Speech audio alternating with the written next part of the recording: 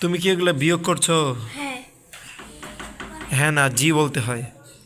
আচ্ছা, তোমার এই বিয়োগগুলো আমাকে একটু বুঝাও তো, তুমি কিভাবে বিয়োগটা করছো? 9 থেকে 8 বাদ দিলে 1 হবে। আচ্ছা, 9টা উপরে আছে না নিচে আছে? নিচে আছে। নিচে আছে। 9 থেকে 8 বাদ দিলে 1 হবে। 1 হবে, তারপর? 8 থেকে 6 বাদ দিলে 2 হবে।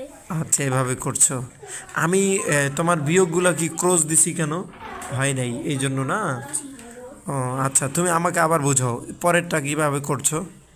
7 থেকে 8 9 থেকে 7 বাদ দিলে 2 হবে। হুম। 9 থেকে 4 বাদ দিলে 5 হবে। আচ্ছা, 9 থেকে 4 বাদ দিলে 5 হবে, তারপর? 7 থেকে 3 বাদ দিলে 4 হবে। হুম। 6 থেকে 4 বাদ দিলে 2 হবে।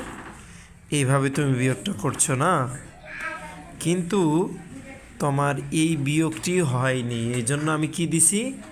ক্রস দিছি। তুমি বুঝছো ঠিক আছে, কিন্তু বিয়োগটাতে একটু তোমার সমস্যা আছে।